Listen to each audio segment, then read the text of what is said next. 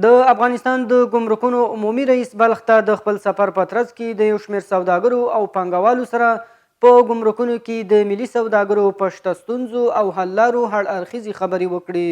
په دې غونډه کې یو شمېر صنعتکاران او د سوداګرو استازو په هیواد کې د ننه او بهر د سوداګریزو توکو د واردولو او صادرولو د څرنګوالي په اړه خبرې وکړې او په دې برخه کې ځینې ننګونې هم په ګوته کړې او د مسؤلینو له لوري د شته ستونزو پر حل ټینګار وکړ. په ورته وخت کې د بلخ ولایت د سوداګرۍ او صنایعو خونې رئیس اسدالله اسدي د خپلو وروستیو کارکړنو او فعالیتونو په اړه توضیحات وړاندې کړه او ویل چې د افغانستان د اسلامي امارت اړوند چارواکو په همغږۍ او همکارۍ سره د سوداګرو او صنعتکارانو د شته ستونزو د حل لپاره لازم تدابیر نیولي. په دې ناسته کې په بلخ ولایت کې د اسلامي امارت مسؤلینو د ملي سوداګرو او صنعتکارانو د وړاندیزونو او ستونزو ته رسیدنه او همداشان د هغوی د اساسي اړتیاوو د پوره کولو لپاره د هر ډول همکارۍ ژمنه وکړه.